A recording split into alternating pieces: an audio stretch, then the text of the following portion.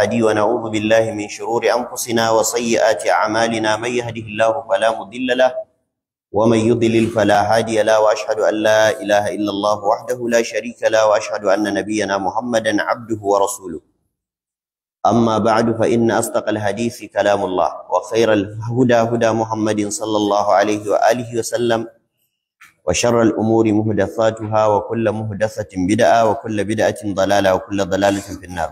والسلام عليكم ورحمة الله. وعليكم السلام ورحمة الله تعالى وبركاته. Barkanmu da wannan maraice na Asabar 1 ga watan Jumadal Akhir a shekara ta 1447 hijirar manzon Allah sallallahu alaihi wa alihi wa sallam daga Makka zuwa Madina, wanda ya daidai da 22 ga watan 11 a shekara ta 2025 miladiya.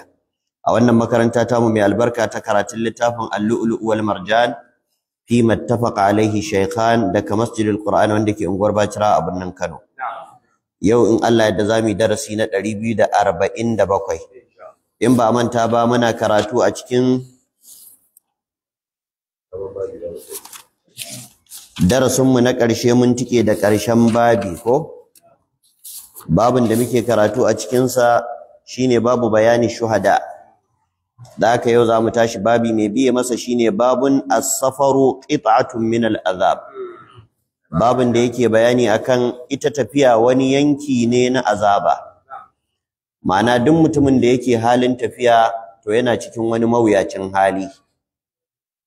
Kowace iriyar tafiya ce. Tafiya ce ta gari ya gari, tafiya ce ta kasuwanci, tafiya ce ta ƙasa da ƙasa, tafiya ce ta aikin hajji, umara, jihadi, sada zumunci ko ma mecece, saboda shi dai matafiyi ya bar garinsa. Bahaushe ya ce kowa ya bar gida, gida ya bar shi. Za ka samu canjin yanayi, hatta iskar da kake shaƙa sai ka ji ba irin ta garinku ba ce.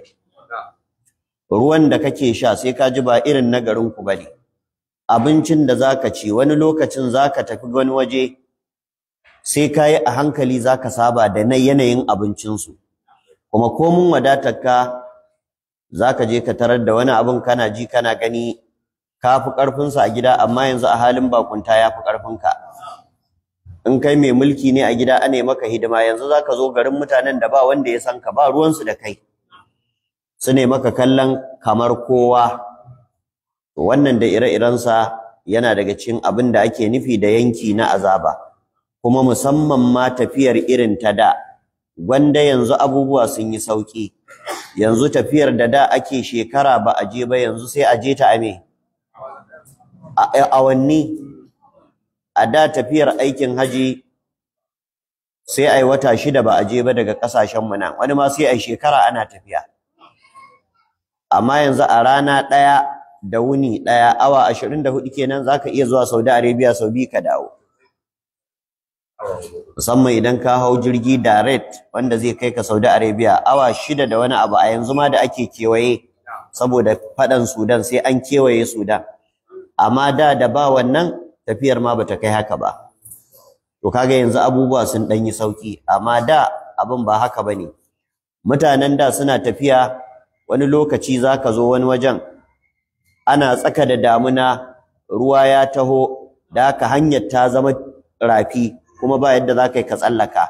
Dole ka yada zango a wani garin ka jira sai damuna ta ƙare, ruwan ya janye, hanyar ta samu, sannan ka ci gaba da tafiya. Da haka dai wannan da ire-irensu shine manzo Allah ya takaice mana cikin bayani bisa ga jawami'ul kalimi da Allah ya bashi, kalmomi gamsassu takaitattu amma masu faɗin ma'ana. Yace as-safaru tafiya qita'atun min al-azabi, wani yanki ne na azaba. Ma'ana akwai kunci, akwai wahala, akwai tsanani, akwai kewa, akwai rashin sabo da makamantan haka. To shi yasa shari'ar musulunci ita kuma wacce ta zo ne dan ta sauƙaƙa wa mutane, ta sauƙaƙa mana waɗansu abubuwa na hukunce-hukunce a halin tafiya dan tausasawa. Idan kana tafiya ko halin tafiya, duk salloli masu raka'a hurhudu an rage maka su, sun dawo raka'a nawa? Bibbiyu. Kasaru kenan ko? wa idza darabtum fil ardi falaysa alaykum junahun an taqsuru min as-salah. To sannan su kansu sallolin masu raka'a bibbiyin bayan an masu raka'a hurudin bayan an maida su bibbiyo kuma za a dinka jawo su ana hadawa. Yanzu idan ka tashi zaka yi azhar, a lokacin azhar an baka dama har ka hada da la'asar. Idan ka zo magriba, a lokacin magriba sai ka hada da magriba da isha, ko a lokacin azhar ba za ka yi azhar din ba ka jinkirta ta har sai la'asar ta zo sai ka hada su ka yi ta, ko a lokacin magriba ba za ka yi magriba ba sai ka jira sai isha ta yi sai ka hada ka yi su tare. Wannan duk yana daga cikin sauki da aka yi wa matafiyi saboda sanin as-safaru qita'atun min al-azab, tafiya wani yanki ne na azaba.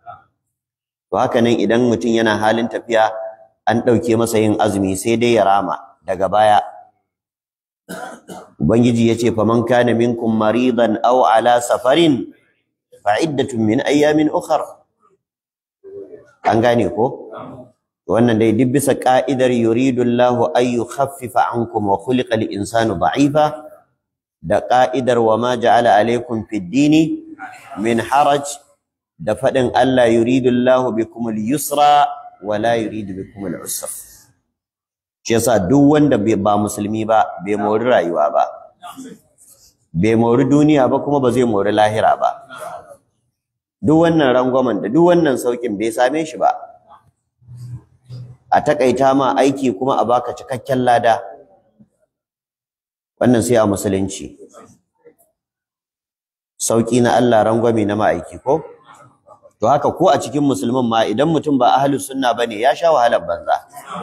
Duk waɗannan abubuwan bai san su ba, yana can yana shiririta. Tsoho da ake sauƙaƙa masa azumi, wa alal ladzina yudiqunahu fidyatun da'amu miskin, amma bid'a ta zo ta labta wa tsoho azumi na wata 3 a jere, wai azumin tsofaffi. A saka kai wata sallah raka'a 100 wai qul huwallahu 1000, me zafi? To da ire-iren wannan, da haka in mutum yana so ya ji daɗi, ya samu hutu, ya samu sauki, kuma ya mutu ya je ya shiga aljanna, to ya imani da Allah kuma ya bi sunnar manzon Allah sallallahu alaihi wa alihi wa sallam. Amma kaga tsoho ba natsuwa, yana ta kida yana ta rawa, wai kuma addini yake yi, wanda koda a ce ba aya ba hadisi, lafiyayyen hankali bai kamata a ce tsoho yana wannan ba.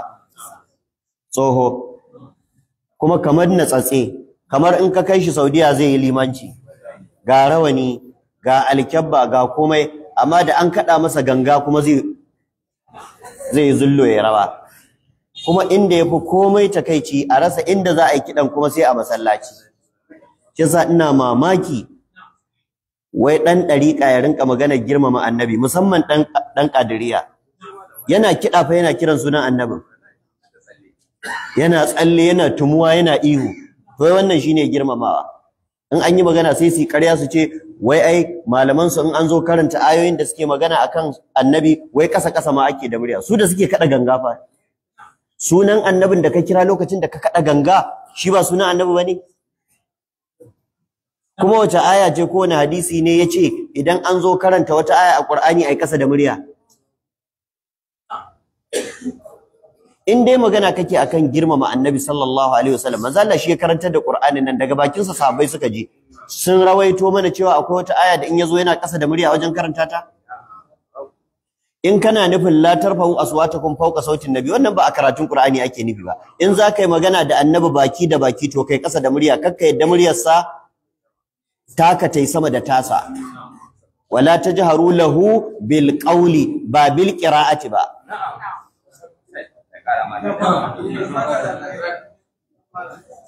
Amma mutum zai zo yana kiran sunan manzo Allah tsararsa, yana kada ganga, yana ihu, yana rintuma, kuma shi wannan mai girmamawa ne, girmamawa irin ta garinsu, amma ba irin ta addini ba.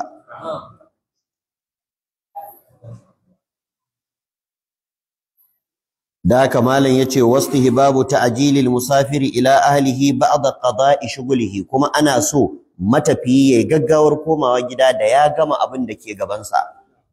Da ka gama shugulinka to maza ka dawo gida. an gane ko wannan mustahabbi ne. Lagos ka je zaka yi wani abu to da ka gama dawo gida, Abuja ka tafi zaka yi wani abu da ka gama dawo gida, duk inda ka je dan yin wani abu to da ka gama mustahabbi shine kai maza kai me ka dawo gida. Wannan shine abin da sunna ta koyar kamar yadda zamu karanta insha Allah ta'ala. Kalmar shuguli kaga kalma ce ta larabci amma Bahaushe yana amfaninta da haka, da shagali da sha'ani duk asalin su larabci ne amma Bahaushe yana amfani da su da lafazin su da ma'anar su duk irin na larabawar. In aka ce wane yana cikin shagali daidai yake da balarabe ya ce huwa fi shugul, an gane ko inna ashabal jannati al-yawma fi shugulin fakihun. Allah ya ce yan aljanna a wannan rana suna cikin shagali. Da kaji an ce shagali ko hidimar jama'a kenan, a shiga nan a fita can, a sa wancan a cire, a dora wannan tukunya a sauke, dan Allah ya fito maka da abin karare. Ya ce hum wa azwajuhum fi zilalin alal araiki muttaki'un. Kaga fi shugulin shagali dai da ka sani na Bahaushe. To haka nan sha'ani ma in an ce wani yana cikin sha'ani ma yana cikin hidima da hada-hada, sai Allah ya ce yas'aluhu man fis samawati wal ardi kullu yawmin huwa fi sha'an. Halittar sama da ƙasa suna tambayar Allah, suna roƙonsa a kowane lokaci. Allah cikin sha'ani yake, amsa addu'ar wancan, biyan buƙatar wancan, ɗaukaka wancan, kaskanta wancan, ba wancan lafiya, dora wancan cuta. Kullu yawmin huwa, kowace rana Allah yana cikin sha'ani irin nasa. Dai kalmar sha'anin ita ce ta larabci, ita ce kuma ta Hausa. Shine Allah madaukakin sarki ce li kulli mar'in minhum yawma idhin sha'anun yughnihi. Kowane mutum a wannan rana ta alkiyama sha'aninsa ya ishe shi, kowa ta gabansa yake. To daka wastihbabu ta'jilil musafiri ila ahlihi ba'da qada'i shughlihi. Ana son matafiyi yayi sauri ya dawo gida wajen iyalinsa da zarar ya gama abin da ke gabansa, ma'ana shagalin da ya kai shi inda ya je. Hadisi mai lamba ta 1251, hadisu Abi Hurairah radiyallahu an. Hadisin Abu Hurairah Allah ya kara masa yadda, anin nabi sallallahu alaihi wa sallam, daga annabi sallallahu alaihi wa sallama, kala yace as-safaru qit'atun min al-azabi. Tafiya wani yanki ne na azaba. Yamna'u ahadakum ta'amahu. Tafiya tana hana ɗayan ku cin abinci. Wani in yana halin tafiya baya iya cin abinci, an gane ko? Ko dai saboda babu abincin, ko kuma saboda babu natsuwar a ci, ko kuma saboda ga abincin amma bai saba da cin irin wannan abincin ba. Kana ji kana gani, kana jin yunwa amma ba za ka iya ci ba. Bana mantawa farkon zuwan mu Sudan, ranar da muka sauka a Sudan, aka kawo mana wani abinci sunansa ful Sudani. Wani abinci ne na wake irin nasu. Wallahi muna ji muna gani da yunwa muka kwana. Mu muna ganin an girmama mu, an sauke mu hotel, babban hotel, duk aka kawo mana wannan abincin, amma haka muka jabe musu kayan su. Da ba mu saba cin sa ba. Wake, fatan wake ne da mai, a sa masa yankakken abin nan ganye, wani lokaci ganyen bushashe ne, gari za a bada kamar ka ce kuka haka, kuma a zo a yanka masa kwaifa, dafaffen kwai kuma a sa a kai, sannan a kawo wani abu da suke ce da shi ɗahaniya da kuma ɗa'aniya. Shi ɗahaniya kantu ne mai gishiri, za a dake shi kuma mai sukari, kai sukarin coy. To sannan kuma ita ɗa'aniya ita kuma ƙosai ce, sannan a kawo ƙosai kuma a marmasa a kai.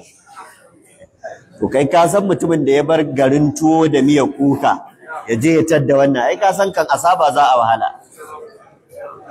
To haka kwana ɗaya kwana biyu muna ganin fa kamar tuwo zai dawo, ashe tuwo ba zai dawo ba.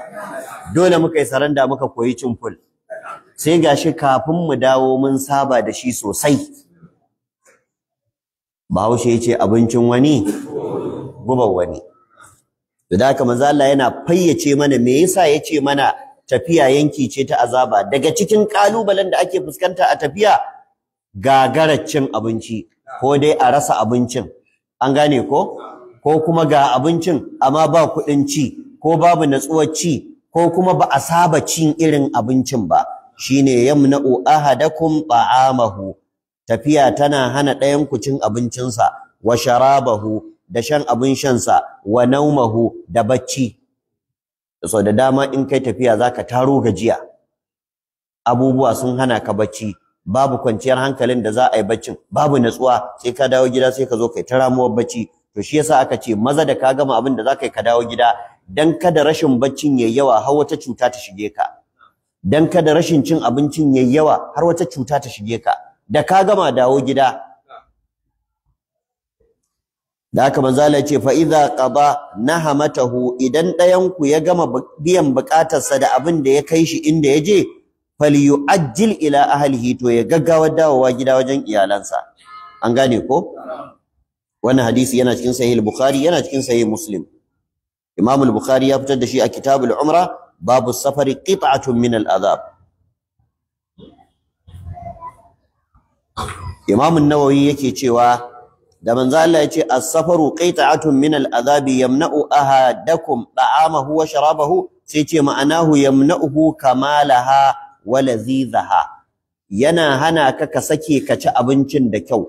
Wani lokaci akwai abincin cin, amma duk mai hankali da wayo baya zagewa ya cika ciki a halin tafiya irin yadda yake cika ciki a zaman gida, saboda gudun me bacin ciki. Matafiya sun san wannan. Duk mai yawan tafiya zaka ga jakarsa baya rabuwa da magunguna, musamman maganin bacin ciki. Dan cikin abu mai sauki da kake gamuwa da shi a halin tafiya shine cikin ka ya baci, cikin ka ya sake. Ana mota a ce ciki ya lalace, kana tafiya kai ne cewa da Allah in an samu waje a tsaya, in an samu waje a tsaya, dukka damu mutane. An ce wani ana tafiya sai cikin sa ya lalace, yace wa direba a tsaya fa, shi kuma direba yace ba zai tsaya ba, wajen ba kyau. Yace direba a tsaya fa, yace wallahi ba za mu tsaya ba, hanyar ba kyau. Can dai mutumin nan ya motsa sai direba yace me ya faru, yace na dan rage. Ana yayi a wando.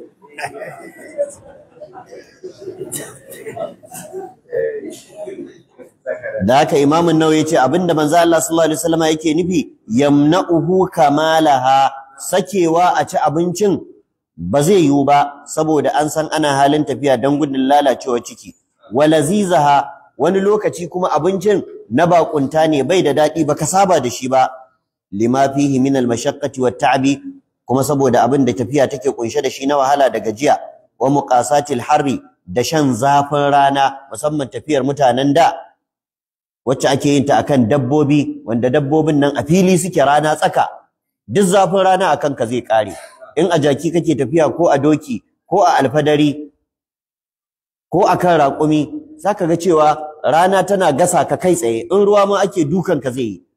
Amma yanzu ne zamani ya kawo, in a mota ce zafin ranar bai dame ka ba, in ana iska ma sai ka ɗaga gilashin ka, in motar ka da AC ma ba za ka ji ba, ballantana uwa uba a jirgin sama ake. Wal bardi, haka nan in sanyi ake yi a yanayin tafiya irin na da, duk sanyin akan ka zai kare. Wasura, haka nan bacci ba zai yiwu ba, ko wasura tafiyar dare, tafiyar dare kenan. Wal khawf, kuma ga halin fargaba da tsoro, ko a da mutanen da suna cikin fargaba da tsoro na insecurity, da haka a tafiya na daga cikin lokutan da mutane suke cikin barazana. Ko yanzu ka fita daga gidanka kana tafiya a mota, an rinka tambaya ka kenan, kana ina, kun isa lafiya, kaza kaza, saboda rashin aminci na ƙasar mu. Dan da yawan mutanen da kake jin an kama su ko an yi kidnapping din su a halin tafiya aka cin musu. To ko mutanen da suna fuskantar irin wannan kalubalen, kuna cikin tafiya kawai sai wasu su tare ku. Bambancin na da na yanzu, na da idan an kama kai ka za a yi kasuwa a sai da kai, ka zama bawa. Yanzu nan kana dan Najeriya sai ka ji ka a America, sai ka ji ka a Czechoslovakia, tuni can an je an sai da kai, ka zama bawa, kuma can zaka je kai ta koyon yaran har ka zama. Wanda wannan yana daga cikin abin da ya baza mutane a duniya. Wanda zaka samu dan Afirka ne ya koma Turai, dan Afirka ne ya koma kasashen Larabawa. Me ya kai shi? Bawa aka kama shi, aka je aka sai da shi. Yanzu idan ka kalli Sayyidina Bilal ibn Rabah, sahaban Annabi mai masa kiran sallah, bawa ne, bauta ce ta kai shi ƙasar Larabawa. Amma shi dan Habasha ne, dan Afirka ne. in ka kalli Salmanul Farisi mutumin Farisa ne me ya kai shi Makka da Madina bauta ce ta kai shi bawa ne a sai da shi a can a sai da shi a can har aka kai shi can Zaid ibn Harisata bawan manzo Allah sallallahu alaihi wasallam wanda ya yanta wanda nana Khadija ta bashi me ya kai shi gidan Annabi bauta ce ta kai shi da haka irin da na daga cikin abin da ke daidaita mutane a duniya shine irin wannan kalubalen na bauta yanzu nan a tare ku a hanya a wawashe ku a kwace kayan ku a maida ku bayi a kai ku kasuwar bayi a siyar a karbi kuɗi ana haka amma mu yanzu idan aka daka maka wawa aka kama ka to kuma sai a ce sai dai ƴan uwanka sun kawo kuɗi tunda yanzu babu kasuwar bayi ta zahiri sai dai ta baɗini tunda wannan din ma bautacce wannan ma cinikin bayin ne a fakaice ko ba haka ba amma muna ta kukan mun samu yanci ba mu da wani yanci bayi ne mu yanzu an kama ka kuɗi za a karɓa a siye ka ai ta ciniki kamar akuya Allah ya tsare Allah ya kiyaye da haka Imam an-Nawawi yace duk yana daga cikin ma'anar wal khawfu tsoro da mutum yake samun kansa a cikin yana tafiya wa mufaraqatul ahli da rabuwa da iyali wal ashabi da abokai wa khushunatul aishi da kuma kaushin rayuwa idan kana halin tafiya zaka je ka samu kanka a wani yanayi mara daɗi wani lokaci zaka je kana son ka shiga ban ɗaki amma ban ɗakin da zaka tarar din ba zaka iya shigar sa ba dole ka hakura da matsuwar taka har sai ka dawo gida ko wani abu makamancin haka da haka Imam an-Nawawi ya ci gaba da cewa da yace kuma nahamatahu fa idza qada nahamatahu yace nahamatahu din nan bi fathin nuni wa iskanil ha'i nah kenan yace hiyal hajatu shine bukata da haka abinda ake nufi dai a cikin wannan hadisi mutum ya gaggawa komowa gida bayan ya biya bukatarsa a halin tafiya kada yayi jinkiri babu karahati turuqi wa huwa ad-dukhulu laylan liman warada min safarin babin da yake bayani akan ba a san fadowa cikin dare shine ad-duruqu an gane ko idan aka ce duruq shine dawowa cikin dare duk abin da baya bayyana sai da daddare to ana iya kiransa da suna ɗarik ma'ana mai fitowa da daddare ko mai bayyana da daddare kamar da Hausa ne ka ce da'u fataken dare sai dai shi Bahaushe in yace da'u fataken dare yana nufin mummunan abu ko barawo ko wani abu to amma dai su Laraba an suka ce ad-dariqu ana nufin mai zuwa cikin dare ko ma wane ne sawa'an mutum ne dabba ce wata halitta ce ta sama yanzu sama akwai taurarin nan da rana ba a ganin su sai da yaushe da daddare shine Allah ya ce was-sama'i wat-tariq Allah yayi rantsuwa da sama da mai bayyana cikin dare sai ce wa ma adraka mat-tariq wa ya sanar da kai me ake nufi da mai bayyana cikin dare sai ce an-najmu saqib wani tauraro ne mai haske a sama da rana ba a ganin sa saboda hasken rana ya danne nasa amma da zarar duhun dare yayi to shi kuma sai ya fara haskawa to da haka rashin bayyanarsa da sai da rana sai da daddare yasa aka kira shi da suna tariq to ko mutum ne yayi tafiya ya bar gida amma da ya tashi dawowa sai ya dawo da daddare to ya zama tariqu an gane ko ana nufin mai afkowa cikin dare ko mai dawowa cikin dare to dawowa daga tafiya cikin dare annabi ya hana ba a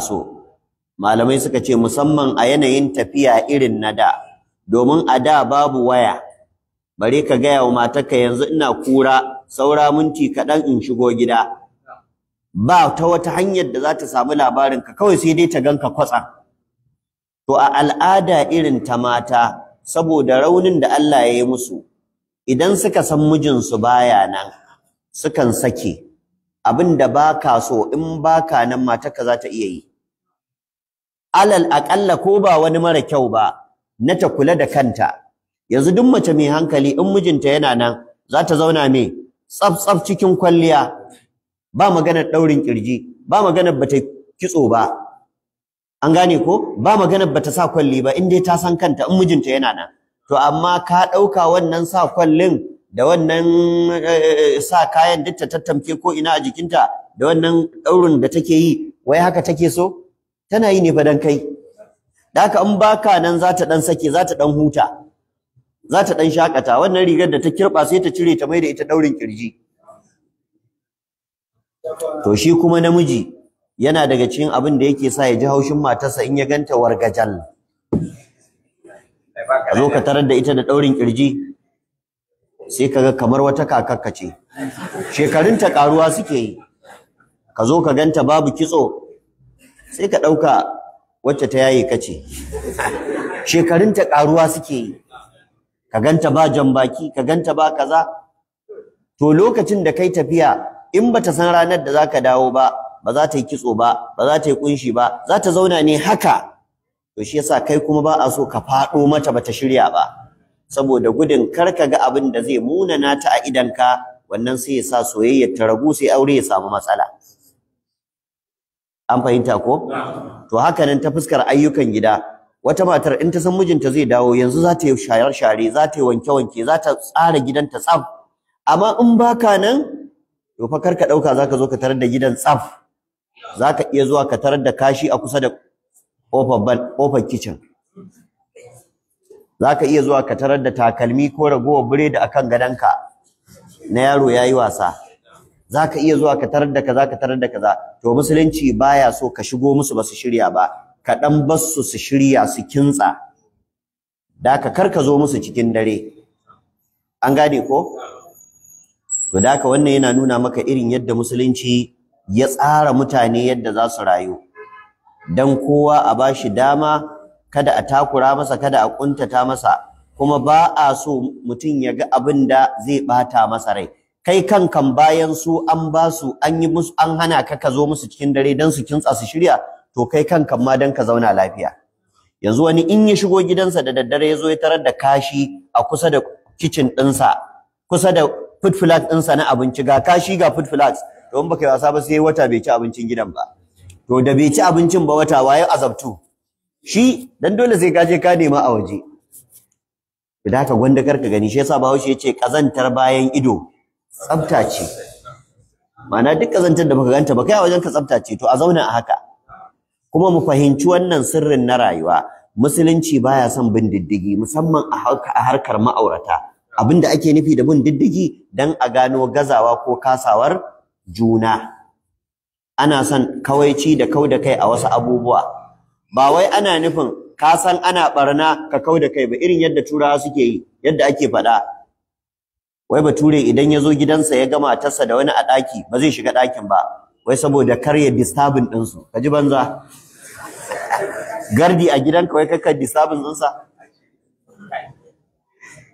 Kaga wannan ba wannan ake, wannan shiriri ta ne, wannan ba shi ake nufi ba. Ina fata an gane. Da haka dai addinin musulunci babu abin da ya kai shi tsari, babu abin da ya kai shi saita yadda mutane za su rayu cikin kwanciyar hankali da zaman lafiya. To shi yasa manzo Allah sallallahu alaihi wasallam idan tafiya ta kama shi kamar yadda zamu ji, in ya dawo cikin dare, kai ko cikin rana ne, baya shiga gidansa kai tsaye. Sai ya tafi masallaci. Idan ya je masallacinsa, to sai ya bada jakar sai ya ce a kai gida. To su kuma mutanen gidan da sun ga jaka sun san me ya dawo, to sai ya dan daga musu kafa kamar awa 1 zuwa 2. To ya san duk abin da za a gyara an gama gyarawa. A masallacin nan da yazo zai yi sallah raka'a 2 sai ya zauna.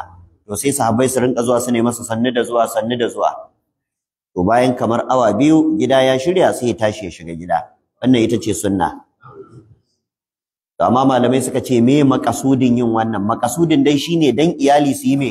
Su shirya. To yanzu akwai waya. Haka yanzu ka taho daga Na'ibawa ne, daga abin nan Kura ne, sai ka bugo musu ya to gani nan saura minti kaza. Shikenan. Haka yanzu ka zo sai ka shiga gidanka kai tsaye. Saboda illar dai ita ce mutanen gida su shirya, to sun shirya shikenan. Amma da za ka yi wanda sunnar ta koyar, in a ce a kusa da gidanka akwai wani masallaci, to ka fara zuwa masallacin kai sallah, kai ma ka tura jakar duk da kai wayar, to sai ka samu lada biyu, ladan sunna da kuma ladan wancan manufa ta tsahirta wa iyali. To amma duk da wayar da ake da ita yanzu, kun san akwai mazan da ba sa ba da notice in za su zo gidansu. Wallahi akwai matar da ko a wannan makarantar ko a makarantar mu ta Rijiyar Lemo ta zo ta same ni, ko a gida na manta. Take gaya min complaint din mijinta. Tace wallahi malam a irin kasashen inyamuran ne yake zuwa cirani. Tace baya zuwa dawowa, in ya tashi dawowa sai karfe 11:12 bayan yayi wata 2 wata 3 fa baya nan tace wani lokaci har wata 7 tace ya taba tafiya tunda ya mata ciki ya tafi sai da za ta haihu ya dawo kaga wata 9 kenan tace to ba duk wannan ba ma in ya tashi dawa daman ba zai faɗi ranar da zai dawo ba tace kuma ba zai dawo ba sai cikin dare kuma bayan cikin daren in yazo ba zai shigo ta kofa ba sai ya hauro ta baya kuma wallahi ba a nesa ba a nan unguwar abin yake faruwa a nan yankin nace ki kwantar da hankalinki tana kuka nace ki kwantar da hankalinki a dukkan alama mijinki ba mutumin kirki bane zuciyarsa akwai dauda kila yana yin wani abu mara kyau a can yana tsammanin ke ma irin sa kike yi ana nace kuma da zaki gane da wata rana ta ɓarya zaki saki doke shi ba zai sake shigo miki ta katanga ba in aka yi magana ki ce kin dauka barawo ne ba notice ba komai ka zo min gida da daddare kuma ka hauro min ta baya kuma ina mata aure me takabarka ta ɓarya za ta sa ta sheme shi sai ta dan kauda kai sai ta dirka mata ce au ashe baban wane ne ai dai ban gane ba to Allah da zai kiyaye Allah ya kyauta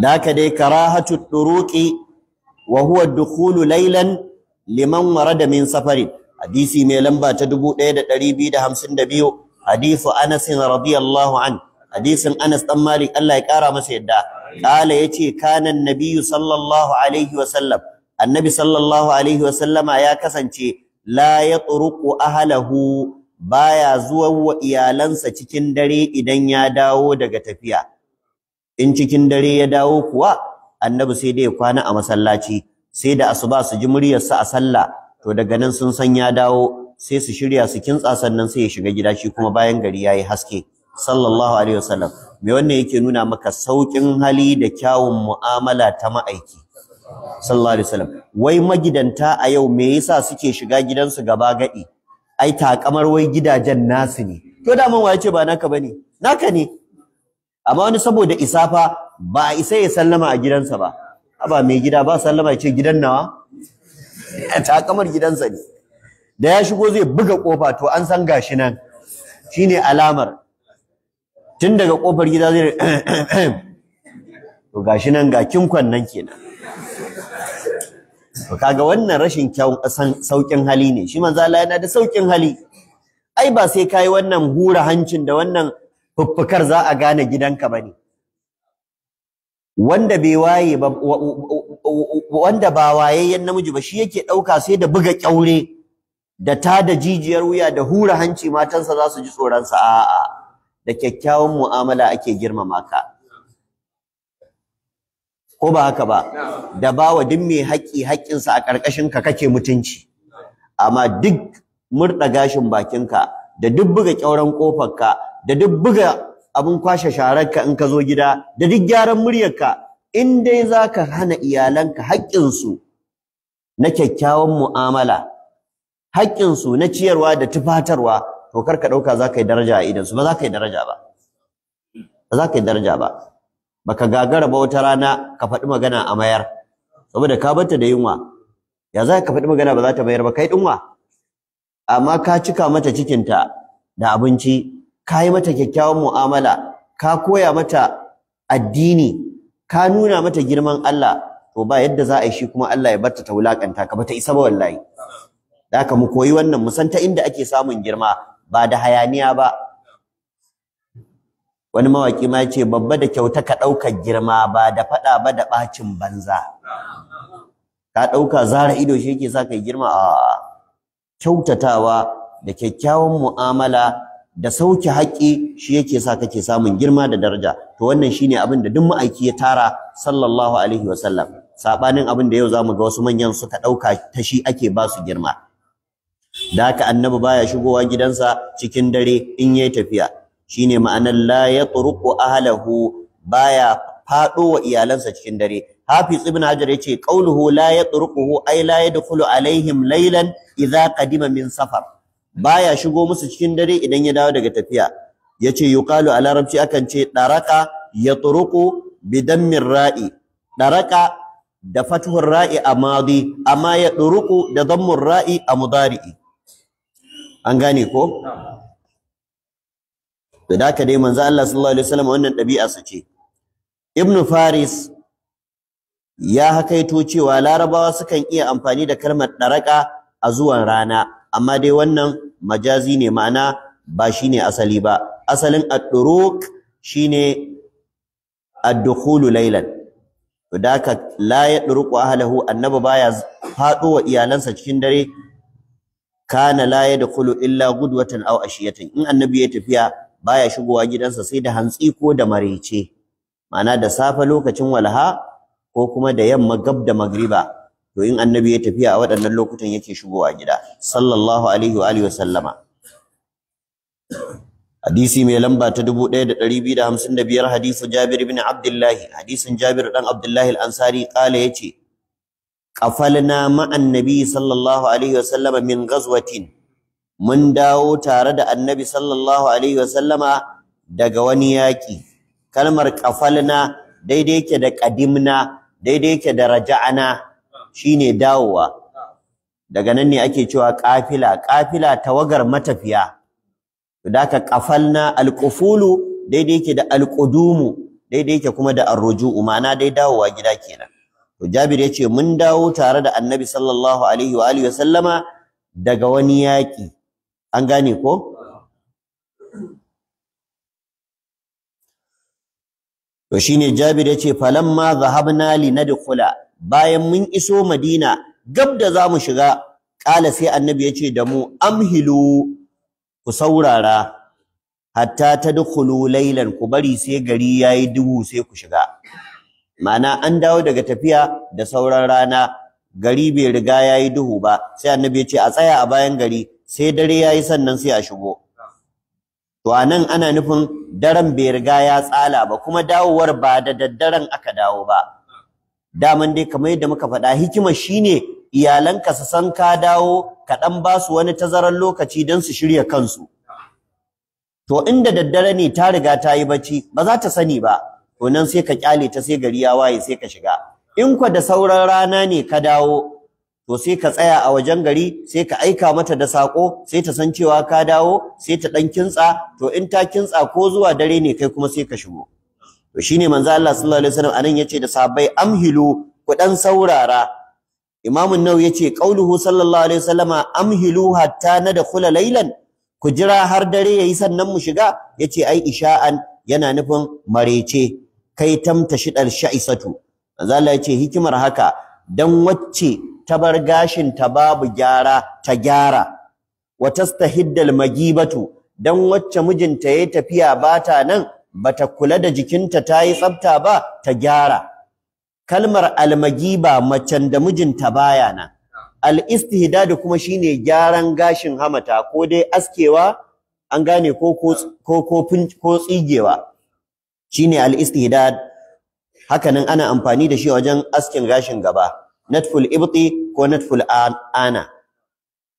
Shine Imam an-Nawawi yake cewa al-istihdad da aka ce wa tastahiddal maghibatu, yace istimalul hadidati fi sha'ril anati wa huwa izalatuhu bil musa, wal murad huna izalatuhu kayfa kanat. Ma'ana dan wacce za ta gyara jikinta dai ta gyara, ta yi tsafta. Wal mughiba, wacce ake nufi da mughiba kuma bidammil mim shine mughiba, mughiba wa kasril ghaini, da yi wa ghainun kasra, mughiba wa iskanul ya, da yi wa ya'un sukuni. Yace wa hiya allati ghaba anha zawjuha, ita ce wacce mijinta ya tafiya baya nan. To a larabci ana kiranta da suna mughiba. An gane ko? Amma idan mijin ya dawo kuma fa sai a ce da ita mashhadu, mashhadu. Amma ba a cewa mashhadatu, sai dai mashhadu. Mashhadu wacce mijinta yake nan, mugibatu wacce mijinta baya nan. Wannan hadisi kamar yadda malamai suke faɗa yana koyar da kyawawan ɗabi'u, halin zamantakewar aure, abubuwan da ya kamata magidanta su kiyaye wa matansu, ba neman laifinsu da gazawarsu ba. To haka nan ita ma mace ta rinka kiyaye wa mijinta wasu alfarmomi, ba kullun neman laifinsa da gazawarsa ba. To ai ran nan ma sai da na cika kuɗin cefa ne, to ai ran nan ma baka biya ba, duk ta rike ranakun. Amma ita kuma ba ta rike ranar da ta dawo da canji ba. Ta iya bin bashi amma bata iya me dawo da canji ba. Kaga wannan ba daidai bane, ɗabi'a ce mara kyau. Ballantana uwa uba binciken wayoyin mazaje wanda mata suke yi a yau. wanda a yau ka je ka tambayi 'yan hizba ko duk wanda yake mu'amala da mutane musamman wajen sulhun aure, in dai aure 10 ya mutu to 8 waya ce ta kashe shi, ko an turo mata ne ta waya ko ta waya ta ji ko jinsa ta yana waya ko buɗe waya ta yi, sai dai ka samu akwai maganar me waya a cikin mutuwar aure. To me ya zafi? Ba ruwanki da wayarsa. Naga wata mai ban dariya a social media ta rubuta, wai ku malamai sai ku ce mu daina kula wayan mazaje, ta yaya an ba mu da amana ba za mu kula da shi? Wai an ba su amana ba za su ba sai sun kula da su. To wannan amanar ta fi karfin ki ba sannu. Ba san kai bane, shi namiji an ba shi damar yayi ne, yayi mace 4 har yayi kwarkwara in akwai. To wanda yake da wannan power kin isa ki hana shi mu'amala da mata? To amma ke kuwa ko a maguzanci in kika kula namiji 2 to kin yi abu mara kyau, balle a musulunci. To kin ga ke dole a yi restricting ɗinki, ke dole a iyakance ki da mazan da zaki mu'amala da su, saboda musulunci ya iyakance ki, Allah ya iyakance ki, amma shi namiji ba iyakance shi ba. To wannan shine. To sannan duk da muna faɗar haka, ku kuma maza ku ji tsoron Allah, kar ku ɗauka dan an ce an ba ku dama ku ba za a duba wayar ku ba to kuma ku yi abin da kuka ga dama. A'a, idan matarka ba za ta duba ba, raqibu atidu suna dubawa. Wa inna alaikum lahafizina kiraman katibina ya'lamuna ma taf'alun in kullu nafsin lamma 'alayha hafiz ma yalfizu min qawlin illa ladayhi raqibun atid. Da kamata mu hattara. Kitabus saidi, haka ne?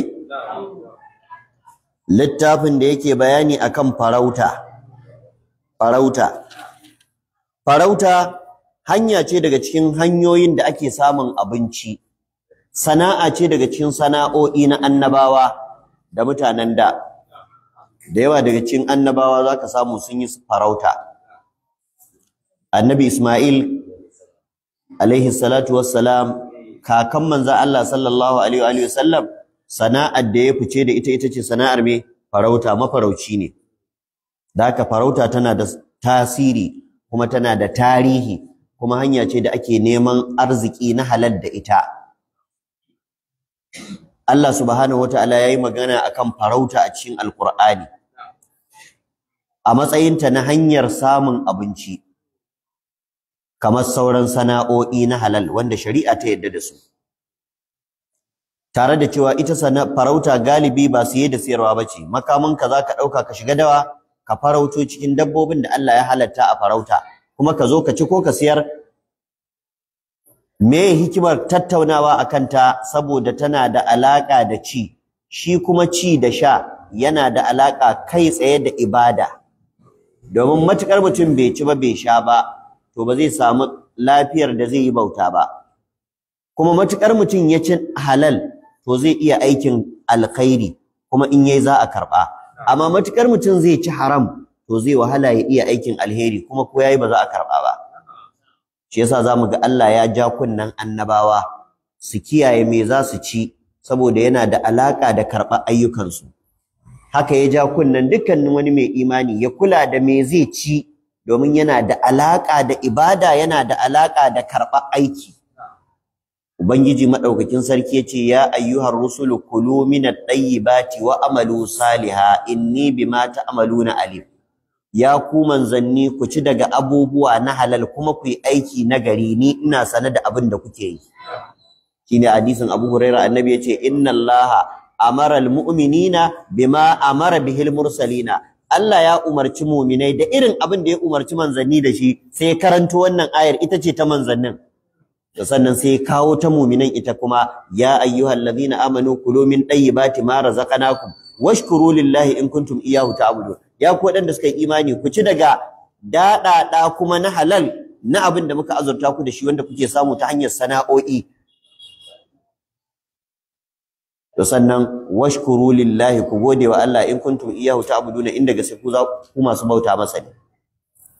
To shi yasa zaka sha mamaki yadda kai kake samun dama kai sallolin dare, har kai shafa'i da wuturi, har kai walaha, har kai rak'atul fajri, har kai kaza, sai kaga wani shi baya iya yi. Tayu sirrin a neman abincin ku ne, shi haram yake ci, da haka ba zai iya tashi ya sallah da daddare ba. haram yake ci, da haka ba zai iya samun karsashin ibada ba. An gane ko?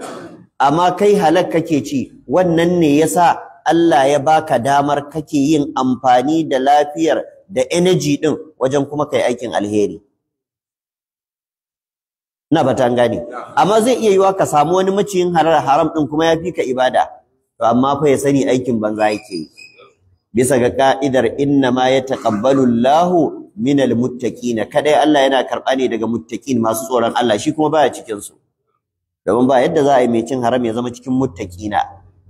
Bisa ga ka'idar inna Allah ta'ala tayyibun la yaqbalu illa tayyiban, Allah mai tsarki ne baya karba sai mai tsarki. To shi yasa manzo Allah sallallahu alaihi wasallam yana daga cikin abin da yake tsanantawa, yake kulawa da shi, me zai ci, me zai ba iyalansa su ci. Wata rana an kawo annabi dabino na zakka, da aka kawo cikin dare aka kawo masa, kuma kun san shi annabi baya cin zakka, iyalansa ba sa cin zakka. Ana idar da sallar asuba bai tashi tunawa da dabinan ba, a wani kaulin aka ce kuɗi ne ya raba saura dan wasu ba su da yawa, bai tashi tunawa ba sai a sallar asuba yana raka'a ta biyu sai ya tuna ai yanzu akwai ragowar kuɗi kaza a gidansa kuma na zakka ne. Sahabbai suka ce yana idar da sallah muka ga sauri ya shiga gida ya dauko jaka kuɗi ya gama rabawa. Aka tambaye shi me ya faru, yace ban tuna ba sai ina cikin sallah. Saboda kada wani daga cikin mutanen gida ya dauka na mai gida ne ya taba.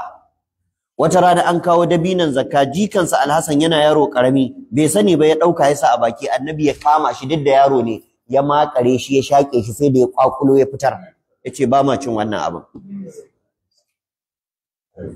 Kaga yana dabbaka ku anfusakum wa ahlikum nara. Kuma ya bamu gamammiyar ka'ida yace kullu lahamin nabata ala suhuti fannaru aula bihi, duk jikin da ya ginu da haram to wuta ce ta dace da mai shi. Ka ci ka sha kayi teba, ka mace kabari ya karba, ka ribe tsutsa ta sharba, yanzu me yafi kyau ka zaba in ba farali da nafila ba? To da haka mu kiyaye me zamu ci, me zamu sha, me zamu sa na tufafi, wannan yana da alaka da ayyukanmu na ibada, yana da alaka da Allah ya karba ko ya ki karba. Abinda da yawan mutane yau basu damu da wannan ba, sai kaga mutum yayi ko wannan amma ya tafi umara, yayi zamba cikin aminci ya kai mutane aikin haji, yayi sata yayi damfara ya zo ya gina masallaci. Waye ce da sai kai waɗannan abubuwan? Dole ne ka zauna lafiya baka ci haƙƙin kowa ba, shine zaman ka lafiya. Ba inda aka ce dole sai ka ci haram dan ka je umara, sai ka yi damfara dan ka je aikin haji ko dan ka kai wasu aikin haji, ba inda aka ce kai haka. Wannan yana daga cikin rashin hankali da rashin tunani na wasu daga cikin mutane. Domin shi wanda ka kai aikin haji ko umara, shi ya je ya samu ladansa dan shi halacce a gare shi, ko ba haka ba?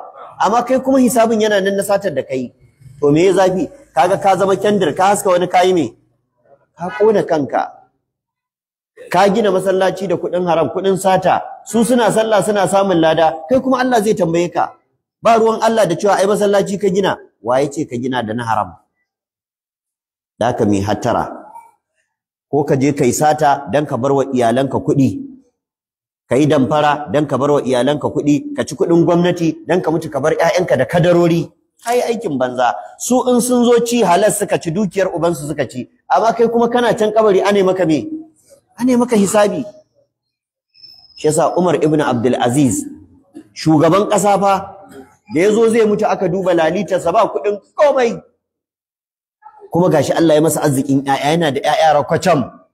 Sai wasu ministoci suke so su zuga shi su kai shi su baro, suka ce ranka dade ba fa komai a cikin jakarka ta kuɗi, kuma ga ƴaƴa da yawa. Sai ce idan mutanen kirki ne Allah zai rike su, in mutanen banza ne dan me zan tara musu kuɗi su suna bishasha ni ina amsa tambaya? Ba yadda za in yi haka, ba zan yadda ba. Sai karanto ayacin suratul anfali, inna waliyallahu alladhi nazzala alkitaba wa huwa yatawallas salihin. Allah ya ce lalle ka gaya musu majibincin al'amarin ka shine Allah da ya saukar da littafi, kuma shi yake jibintar lamarin duk mutumin kirki. Da yawan masu kuɗi a yau ba gada kuɗi suka yi a wajen iyayensu ba, amma kuma su suna son ko ta halin kaka sai sun gadarwa da ƴaƴansu. Kar ka damu da sai ka bar wa ɗanka gadan ko sisi, ba kai za ka yi masa arziki ba. Galibi ma yau da gobe ta nuna kuɗin gado ba su fiye yi wa mutane arziki ba, lalata su ake a ƙanƙanin lokaci. kuɗin da kai ka neme su shekara 40 kana tsimi kana dabara baka iya cin mai kyau dan ka tara ɗanka in ya zo a wata 4 sai ya lalata su saboda shi bai san zafin neman su ba. To kaga in kana da tunani bai kamata kai ka tafi ka bar shi yana jin daɗi kai ka je ka shiga wahala ba laifi bane in kana yi kuɗin ka na halal ka ci ka sha kuma ka tara wa ƴaƴanka wannan ba laifi bane amma na halal.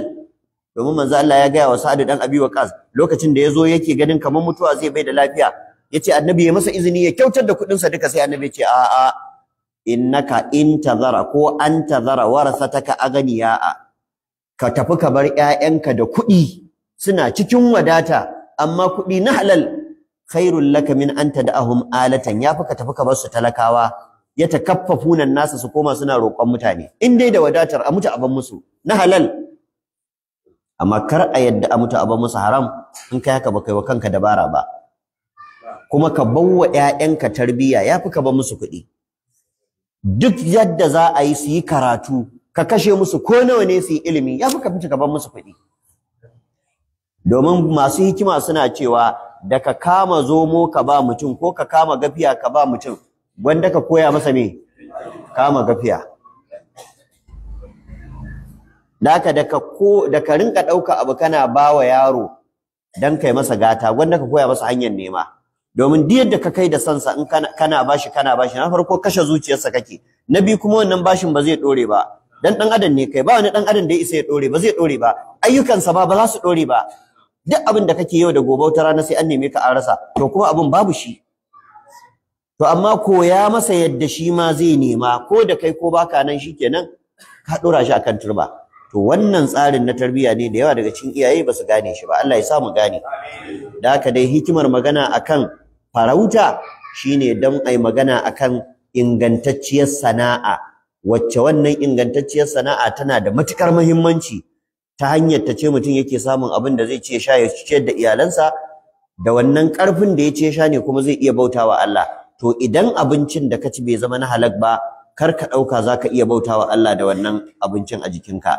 Allah ba zai baka dama ba sai hana maka dama domin cin abinci na halal yana da alaka da watsakewar kwakwalwa yana da alaka da wankewar zuciya imani ya kankama a zuciyarka sai kana cin halal kwakwalwarka ta zama sharp kana fahimtar Allah da manzansa wajen aiwatar da ibada wannan sai kana da wani kaso na halal a jikinka amma matukar haram yayi maka katutu to kwakwalwarka dodewa za ta yi sai kaga ga gaskiya kiri-kiri kana ganin ta amma ba za ka iya ba sai ka bauɗe mata saboda daudar da ke cikin ranka ba wai dan gaskiyar ba gaskiya bace ba Allah ya kiyaye amin daka kitabus saidi wannan littafi ne na farauta wazzaba'ihi da yanke ma yu'kalu min alhaywani na abin da ake ci na daga dabbobi ya za a yanka me za a faɗa wajen yankan wani abu ne wanda za a yanka a ci wani abu ne wanda ko an yanka ba za a ci ba ina fata an gane babi na farko yace babun as-saidu bil kilabil muallama babin da yake bayani akan farauta da dabbobi masu halayyar karnuka amma muallama wanda aka ilmantar da su idan aka ce mukallab ba kare bane ba a'a me ɗabi'ar kare saboda asalin kare shine tushe a babin farauta ana farauta da dabbobi da yawa amma wace dabba ce yar asali kare ne shine asalin dabbar farauta to amma tana kaiwa a rinka farauta har da damusa wannan damusar da kuke gani ana kawo ta gida tun tana yarinya a rene ta saba da mutane ya zama tana cin abinci irin na mutane yanzu ba za ta ci nama ba ta zama kamar kare ta rayu ma da karnukan da su kyanwa da komai bata cutar da su ba to ita ma sai a koya mata irin abin da ake koyawa kare na farauta a rinka farauta da ita to ko an yi farauta da damusa tana shiga karkashin mukallab shine mai halin kare abin da asalinsa ba kare bane amma ya koma yana aiki irin na me kare to ana yi ma da shaho da shirwa da sauransu duk waɗannan dabbobin na sama da kuke gani tsuntsaye musamman masu faratu to su ma ana horar da su a koya musu farauta da haka yanzu in kai mafarauci ne da shirwarka ko shi yasa za ku ga hatta a cikin mafarautan ai akwai masu abin nan da shirwa ko akwai wani mafarauci ma a nan jihar Kano wanda ake cewa na jalli baban shirwa, ban sani ba Allah shi ma kila yana mu'amala da shirwa ne. To kuma dai menene, ana koyawa tsuntsaye farauta, ana koyawa dabbobin gida farauta, ana koyawa dabbobin dawa farauta. To dukkaninsu kowannensu idan an koya masa farauta ana farautar da shi, to ana ce da shi mukallab, mai halin kare. Shine Allah ya ce yas'alunaka ma za uhilla lahum qul uhilla lakum at-tayyibat wama allamtum min al-jawarihi mukallibina tu'allimunahunna mimma allamakum Allah fakulu mimma amsakna alaykum waskuru smallahi alayhi wattaqullaha innallaha sari'ul hisab. Ubangiji yace yas'alunaka, suna tambayar ka ma za uhilla lahum, wai da me aka halatta musu na ci. Sai Allah ce qul ka ce uhilla lakum at-tayyibat, an halatta muku dukkan ababan ci na halal.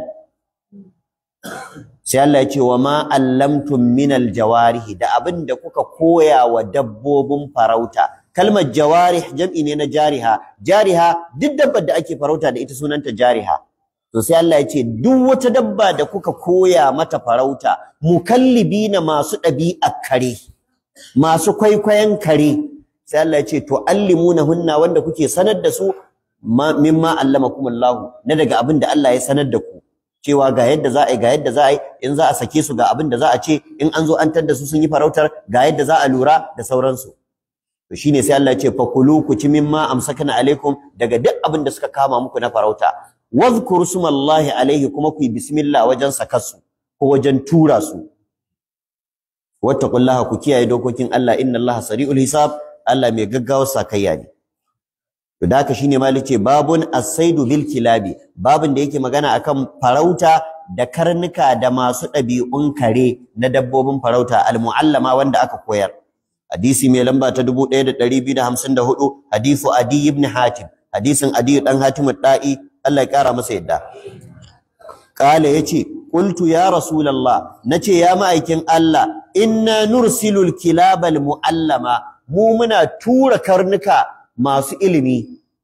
Zai iya yiwa karnuka, zai iya yiwa duk wata dabba mai halin kare wacce aka koya mata farauta, ko damusa ce, ko zaki ne, ko ma menene, kai ko shirwa ko shaho, an gane ko? Duk da wasu malaman suka ce waɗanda suke na ƙasa su ne mukallibina, amma banda na sama. To amma dai zahirin aya ya nuna har dabbobin saman da aka koya farauta su ma mukallibina ne, da haka za su shiga ƙarƙashin kilab. Da haka zai iya ɗaukar jam'i ne na kalbu da kuma mukallabu, an gane ko? Da haka mu muna sakin ko muna tura dabbobinmu na farauta, karnuka da wasunsu, amma al-mu'allama, wanda muka ilimtar da su, muka koya musu yadda ake farauta. Ƙala, sai annabi ya ce da ni, kul ma amsakna alaika, duk abin da suka kama maka na farauta in ka tadda shi ka ci. Idan ka tura kare dan ya je ya kamo maka farauta, sai ya je ya kamo, in ka zo ka tarar da abin zaka ci, amma da sharuɗa da ka'idojin da zamu ambata a nan gaba. Daga cikin sharuɗan na farko, dole ne in zaka tura shi kai bismillah. Idan zaka saki karanka na farauta, ka hango ga wata barewa can kana so ya je ya kamo maka, sai ka ce bismillah. To wannan ka koya masa kalmar bismillah din, tana nufin kamar kya.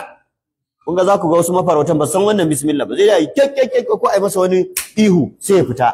To bismillah ake ce masa, bismillah. To da ya ji wannan bismillah din, da nau'in sautin da ka saba masa, domin ya danganta.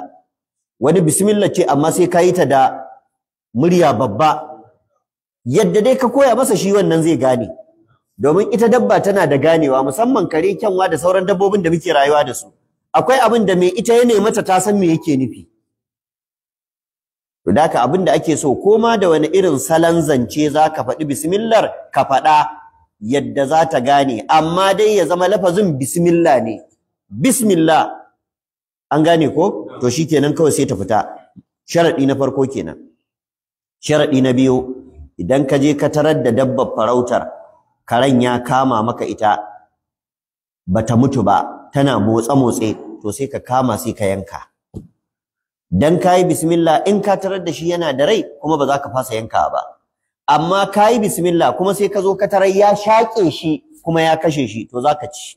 Tunda kayi bismillah, wannan bismillah ta farko ta wadaki wannan ta yanka ta biyu, tunda baka tar da shi da rai ba. to sannan da ka zo sai ka tarar da karen da ya kama ya fara ci to kai kuma ba za ka ci ba ya nuna ba dan kai ya kama ba dan wa ya kama kansa to ba za ka ci ba dan in ka dawo cin su din kare to kuma girma ya faɗi raƙumi ya shanye ruwan ƙin tsaki a koma cin su din kare kuma a madadin kare ne yake cin su din mutum kaga an lalace ko to sannan idan ba kai ka tura shi ba shine da kansa ya tafi domin akwai lokacin da karen naka shi zai ga farautar kai baka ganta ba kai ka tura ba to da ya tafi sai ya kamo sai ya kawo ma akwai karnukan farautar da aka yi wa training duk yunwar da suke ji in suka kama dabbar farauta ba za su ci ba sun san ba tasu bace ta waye ta mai gida ce da haka za su zo su neme ka su kawo maka wannan ma ya nuna taka ci sai ka ci amma ba kai ka tura shi ba yau sannan da ya kama a can da ba kai ka tura shi ba amma da ka je sai ka tarar abin bai mutu ba sai kai bismillah ka yanka sai ka ci amma ba kai ka tura shi ba kai bismillah farko ba kuma ka zo ka tarar dabbar ta mutu to ba za ka ci ba sai ka bar masa ya ci tasa ce to ire-iren waɗannan sune ilimin mukan da ake nufi muallama shine abin da Allah yake nufi wa ma allamtum minal jawarihi mukallibina tuallimunahunna mimma allamakum Allah da haka dai adiyu yace mu muna tura dabbobin farautar mu amma masu ilimi kala sai annabi yace kul ma amsakana alayka duk abin da suka kama maka ka ci qultu sai nace wa in qatalna ko sun kashe kala sai annabi yace wa in qatalna ko sun kashe tunda kai ka tura su tunda kai bismillah wajen turawa to ko mu shekatar abin sun kashe zaka iya ci sai yace qultu nace da annabi sallallahu alaihi wasallama wa inna narmi bil mi'radi ya ma'aikin Allah kuma wani lokaci mukan jefi dabbar farauta da tsitaka ko da kulki zaka ga mafarauci baya rasa karamin makami ko dai wani karamin gatari mai tsini shi ake kira tsitaka ko wani kulki wanda kere ko makamancin haka kere kenan to irin wannan idan aka bi dabbar farauta a guje shi karen yana bi kai ma kana bi to wani lokaci kakan taimaka wa karen sai ka jefi dabbar to idan ka jefi dabbar shi ma akwai ka'ida idan abin ya je ya samu dabbar to shi ma akwai ka'ida in ya buge ta ya kashe wani irin bugu ya yi mata da ina ya dake ta domin shi galibin wannan kere din akwai wajen da zaka samu karfe ne wani wajen kuma kota ce wani lokaci kuma kere ana yin sa dukanninsa itace ne amma gabansa sai a feke shi ya tsini tsakiyarsa kuma sai a bai shi mulmulalle kamar tabarya to ya danganta da ina keren ya daki dabbar idan da tsinin ya cake ta jini ya fita to hukuncin daban in kuma da gefe ya dungure ta ko ya kashe ta hukuncin daban to shine bayan Adiyu ya tambayi Annabi sallallahu alaihi wasallam mukan tura kare ya je mana farauta in ya kashe za mu ci Annabi yace ku ci tunda ku kuka tura shi ko ya kashe ku ci sai ce to amma wani lokaci fa ba karen ne yake kashe dabbar farautar ba kere ne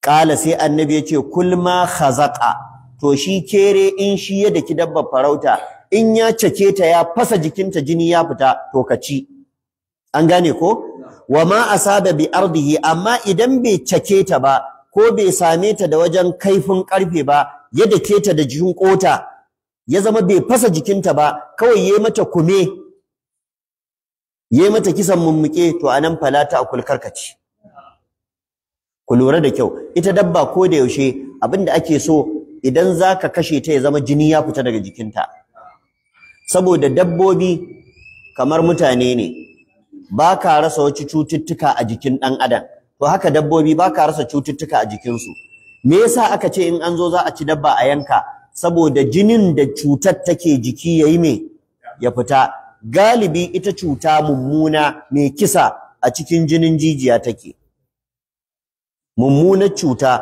a jikin mai rai wacce take shiga jikin wani wacce take kisa to galibi zaka same ta a cikin jinin jijiya take shi yasa zaka ga idan ciwo ya ciwo wani lokaci sai a ce an yi wa mutum canjin mai jini an kwashe mai cutar an sa masa mara cutar kuma shi yasa zaka ga mai hankali kamar yadda sunna ta koyar manzo Allah yakan yi kaho lokaci me hikimar kaho rage cututtukan jiki tare da manzo Allah tsaftatacce ne tsarkakakke ne bai da komai ciki da waje amma yana yi ne dan ya koya mana ka rinka yin kaho lokaci ko yanzu zamani ya juya ba a ƙaho, ka rinka zuwa kana ba da kyautar jini a asibiti matukar jinin ka lafiya lau, ka rinka zuwa kana ba da kyautar jini. Wannan jinin da ake rage maka lafiya kake samu.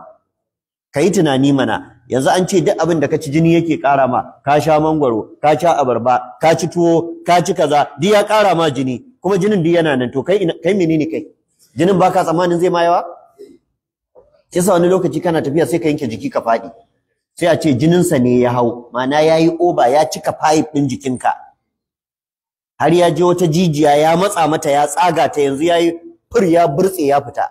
To da ya fita shikenan sai a samu ko rabin jiki duk ya shanye, ko kwakwalwa a ce jini ya fantsama a cikin kwakwalwarsa, da haka ya samu paralysis din da ba zai warke ba, ya tashi daga aiki. To lalle ka rinka yin irin waɗannan abubuwa don ka samu sauki na irin wannan ambaliyar jini a jikinka, ta hanyar neman masana su baka shawarwari wanda ya dace. To da haka ita dabba idan abin jifa ya same ta, da ya same ta sai fasa jikinta sai jini ya fita, to wannan fitar jinin ana ɗaukar shi ne kamar a matsayin yanka ta. Yanzu insha Allah ana sa ran in akwai wata cuta a jikinta, to wannan wajen da ya fashe a jikinta jini ya fita, to shikenan cutar ta fice, sai ka je ka ci. Amma da ka jefi dabba sai jifan ya je ya dake ta, ya dakan mata jiki, ya kume mata jini a jiki, amma bai fashe ba, sai ta mutu a haka, to ta zama kume, ta zama mauquza. Mauquza shine dabbar da aka shaƙe ta mutu. Kun san mutanen da cikin hanyoyin da suke bi wajen kashe dabbobi in za su ci, akwai hanyar murɗe musu kai, ko a shaƙe shi yadda ake shaƙe mutum, dabba ta daina numfashi har ta mutu a haka. To Allah ya haramta mana cin irin wannan dabbobin saboda gudun cin cuta. Shine Allah ya ce hurrimat alaykumul maitatu wad-damu wa lahmul khinziri wa ma uhilla li ghayri Allahi bihi wal munkhaniqatu wal mawquzatu wal mutaraddiyatu wan nadihatu wa ma akala as-sabu'u illa ma zakkaytum wa ma zubiha 'ala an-nusuk. To kaga al-mawquza da al-mutaraddiya da an-nadiha, an gane ko? Duk waɗannan suna cikin nau'uka na dabbobi da yadda ake kashe su a lokacin jahiliya, da Allah ya ce kar a ci waɗannan dabbobin. To da haka manzo Allah sallallahu alaihi wasallam ya ce da Adi dan Hatim, idan dabbar ka da ka jefe ta da keren ya fasa jikinta jini ya fita, katar da ita haka to kaci. Amma wa ma asaba bi ardihi, abinda keren ya gogi jikinta ba da wajen kaifin ko wajen tsinin ba, sai zama bai fasa jikinta jini ya fita ba, fala ta'kul wannan karkaci. Imam an-Nawawi yace da yace ursilu kilabi al-muallama, ina aika karnuka na masu ilimi, ila akhiri, har zuwa ƙarshen hadisi. Nawawi yace fistiyadi al-madhkura fil istiyadi, da dukkan sauran hadisan da aka ambata a hukuncin farauta, kulluha ibahatul istiyadi, dukkaninsu suna nuna farauta halacce. Sai ce wa qad ajma al-muslimuna alaihi, duk malaman musulmi sun yarda akan halaccin neman arziki ko halaccin sana'ar farauta. Da aka farauta tana daga cikin tsofaffin sana'o'i, kuma sana'o'in da ake samun dukiya ta halal da su, kuma sana'o'in da Qur'ani ma ya magana akan su, kuma sana'o'in da aka samu a tarihi har annabawa sun yi su. Sai ya ce wa tazaharat alaihi dalailu kitabi was sunna wal ijma', dalilai na Qur'ani da hadisai da ijma'in malamai duk sun tabbatar da haka. Al-Qadi ya ce huwa mubahul liman istada lil iktisabi, farauta halacce ga wanda yake yin ta dan ya samu kuɗi. Akwai mafaraucin da ba dan ya ce yake farauta ba, an gane ko? Yana shiga daji ne ya kamo dabba farauta dan ya zo ya siyar. Da haka su waɗannan galibin masu farautar ma a inda duniya ta ci gaba, a ƙasashen Turawa, zaka samu ba kashe dabba suke ba, da ranta suke kokarin su kamo ta. Yanzu Turawa sai su shiga daji su yi farauta, kuma su kawo maka dabbar da ranta gida ba tare da sun mata komai ba, saboda su sun waye wadda suna da bindigogin ba masu harsashi masu kisa ba, a'a bindigogi ne masu allurai. Duk iskancin zaki in ya taso, in suka harbe shi da wannan bindigar, take allurar za ta kashe masa jiki ya faɗi ya suma, sai su ɗauko shi a keji, ba zai farfado ba sai an kawo shi cikin gida. Da haka suke kawo dabbobi a siya a kai gidajen zu. In ba haka ba, kai ka taɓa tunanin ya aka kawo zakin gidan zun garinku? Inda lokal farauta ce irin ta garinku wacce ake yi da gatari da taɓarya, ba sai an sassare kafar zakin ba kan a kawo shi. Shi yasa zaka ga namu mafarautan lokal wanda su basu ci gaba irin wancan ba, su sai dai ai ta zuwa ana samun fata, sun kashe sun cinye naman ko sun tsayar, sai fatar. Amma su mafarautan Turawa zaka je ka samo zakin da ransa, damusar da ranta. Shi yasa yanzu idan kuna bibiya hatta social media za ku ga a ƙasashen India da makamantansu yadda ake rayuwa da zakuna a cikin gari, ake rayuwa da damusoshi a cikin gari. To abin mamaki ya aka yi damusar su ba ta ci, saboda an waye akan ɗauko damusoshin da zakunan tun suna yara ƙanana ne, sai a zo a raine su a cikin gari, su tashi tare da kaji, su tashi tare da akuyoyi, da haka zaki ya zama abokin akuya, ba faɗa, tare aka tashi. Kuma an masa waɗansu abubuwa na tarbiyya, an masa wasu abubuwa na kula, an bashi wasu magunguna, duk ɗabi'un dawai ya watsar da su. Shi kansa yanzu in ya gamu da ƴan uwansa na dawa, su ma kallonsa za su yi na gida ne, ba irin nasu bane. To wannan duk ilimi ya kai ga wannan. Yanzu ko kai nan da kake takamar mutum ne kai, akwai duniyar da in an jefa ka buri zaka zama. Duk ɗabi'un buri zaka ɗauka. Yanzu da za a kai ka daji, birai su kama ka su can da su, wallahi abincin su zaka koma ci. Tun kana tunanin zaka ga tuwo ba zaka ga tuwo ba, in ka ji uwar bari abin da buri yake ci shi zaka ci, sai ka dawo duk ɗabi'ar buri kana yin ta. Wannan duk ana yi, ya danganta ne da yadda mutum ya samu kansa. To da haka dai wannan yake nuna mana ita farauta, tarihinta da hukunce-hukuncenta da makamantan haka. Annabi sallallahu alaihi wa sallam a cikin hadisi ya ce da Adiyu, wa in qatalna, ko sun kashe maka, in dai kai ka tura su, kai bismillah, to ko shakka babu ya halatta ka ci. Shi yasa a wata ruwayar ma yace idza arsalta kalbaka almuallama wa dhakarta ismallahi fakul. Wannan wata ruwaya ce, idan ka saki karanka wanda ka bawa ilimi ko dabbar ka ta farauta wacce ka bawa ilimi, sai ka sake ta ka tura ta taje ta kamo maka dabbar farauta, wa dhakarta ismallahi kuma kai bismillah, to fakul duk abin da ta kama maka ka ci. Qultu, Adiyu sai ce da Annabi, wa in qatalna, ko ta kashe? Qala sai ce wa in qatalna, ko sun kashe, amma malam yushrikha kalbun laysa ma'aha, matukar wani karan bai yi tarayya da ita wajen kamawa ba. To wannan ma wani hukunci ne, mu kula da kyau. Yau da dama a daji mafarauta sukan haɗu da yawa. Za ku ga ma mu a lokal farauta irin ta ƙasar Hausa, ba kasafai mafarauci ɗaya yake tafiya dawa ba. In za su tafi akwai inda suke haɗuwa su taru da yawa, sai a tafi. To kowa zai zo da kayan farautarsa, wani zai zo da nasa karan, kai ma ka zo da naka, ya zo da nasa kayan farautar, kai ma ka zo da naka, sai ku tafi daji. To a wani lokaci kai za a ga dabbar farauta, sai kai ka cuna shi ma wani ya cuna. Kuma galibi inda suke yi mafarauta idan suka shiga daji, to suna zuwa wani waje ne sai a sauka, sai a ce to nan wajen a nan za a rinka haɗuwa. Sai a ce to a bazama kuma kowa ya kama gabansa ya tafi nema a taskar Allah. Wani lokaci sai a shiga daji, wasu su yi gabas, wasu su yi yamma, wasu su yi kudu, wasu su yi arewa, sai an yi kwana biyu sai a dawo a haɗu a nan wannan wajen, kawai kiyaye wajen za a rinka yi. Idan aka zo aka haɗu, kowa ya zo da abin da ya samo, kuma suna da wajen tarawa, sai su tara sai a ce to a sake fita, a sake iya kwanakin da za su yi. A ƙarshe ma a nan direban da ya ɗauke su za su ba shi rana, su ce to rana kaza ka zo nan za ka tsar da mu, a nan za ka ɗauke mu. To lokacin da aka bazama aka ce wasu su yi gabas, wasu su yi kudu, wasu su yi arewa, to wani lokaci kuna yawo tunda a daji ne, za a yi sa'a ga wata barewa ta taho a guje, kai ka ganta ka tuna karanka, wani ma ashe baka san ya ganta tun daga can ba, shi ma ya tuno nasa. To sai a je a tarar da barewa ɗaya amma kusan karnuka uku duk sun kama ta. Wannan ya kama mata wuya, wannan ya kama mata kafa, wannan ya kama mata kaza. To a ka'idar musulunci idan ka zo ka tarar da irin wannan, barewa ce ko wata dabbar farauta, karnuka suka kama ta, daga cikin karnukan akwai naka, to manzo Allah yake karkaci. Saboda in kai naka karan ka koyar da shi, kai bismillah wajen turo shi, to wani karan shi kuma da ya taho baka san waye turo shi ba, baka san da za a turo shi an yi bismillah ko ba a yi ba, kuma baka san da barewar ta mutu da cizon wani karan ne ta mutu ba, shin cizon naka karan ne ko na wancan? To shine manzo Allah ya ce idan ka tarar da dabbar farauta da karanka da wani kare sun kama, to karkaci, domin baka san ba, idan kai naka karan kai bismillah wajen turo shi, wancan tayu bai ba, idan kai naka karan mai ilimi ne tayu wancan jahilin kare ne.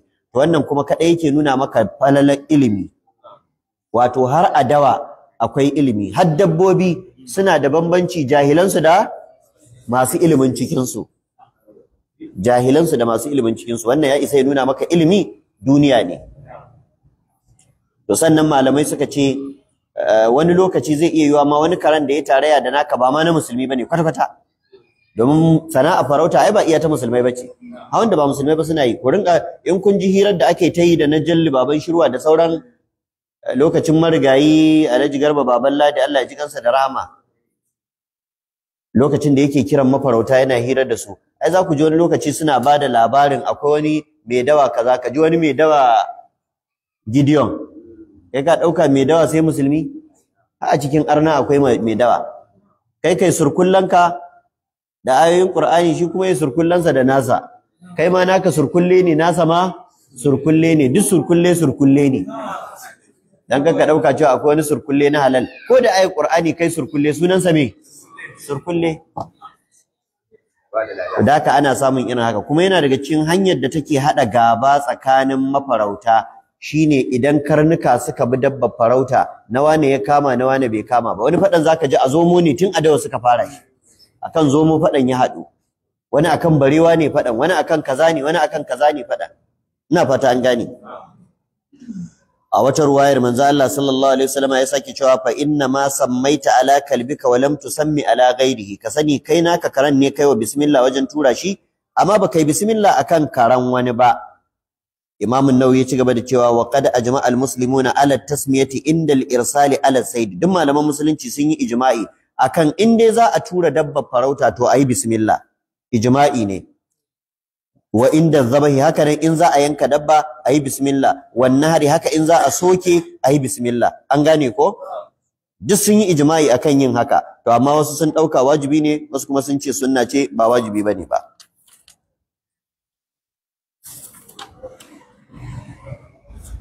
ana nuna min lokaci yayi sai mu tsaya nan in Allah ya kai mu mako mai zuwa sai mu tashi a hadisi mai lamba ta 1255 haka ne abinda muka faɗa ya zama daidai Allah ya haɗa mu alada wanda muka yi kuskure Allah ya fi mana sati mai zuwa ba za mu yi karatu ba insha Allah muna da uzuri so da haka kada wani ya ji na ce sati mai zuwa kuma sati mai zuwa kila daga nesa kake baka ga sanarwa ba ka taho sati mai zuwa muna da uzuri ba za mu yi karatun tafsiri ba ba za mu yi karatun al-lu'lu' wal marjan ba amma insha Allah sauran karatuttuka da ikon Allah za mu yi assalamu alaikum wa rahmatullahi wa barakatuh